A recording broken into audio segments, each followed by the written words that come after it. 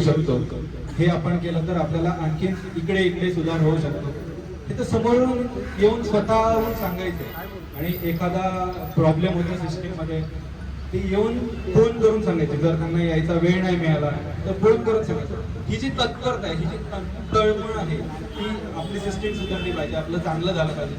आपल्याला जो रोज रोज हे होतं, त्रास होतोय, लोकांना त्रास भेडसावतोय, त्याचं निवारण झालं पाहिजे।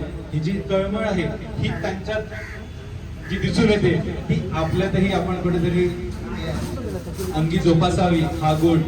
मी त्यांच्याकडून जी एक गोष्ट घेण्यासारखी ती मी ही घेईन असं मला वाटतं। आणि त्यांच्या एवढे मगाशी सांगितलं जसं 33 वर्षाच्या रुटीन मध्ये त्यांनी जे जे काही मिस केलं असेल, कुटुंबाचं असू दे किंवा त्यांचे वैयक्तिक काही छंद असतील ते मिस केले असतील, ते त्यांनी आता जोपासावे आणि पूर्ण करावे। आणि इथनं पुढील आयुष्य तुमचं सुखाचं, समृद्धीचं आणि भरभराटीचं जावं एवढीच ईश्वरचरणी प्रार्थना। याच्यानंतर पनवेल महाराजांनी 2 शब्द सांगावे।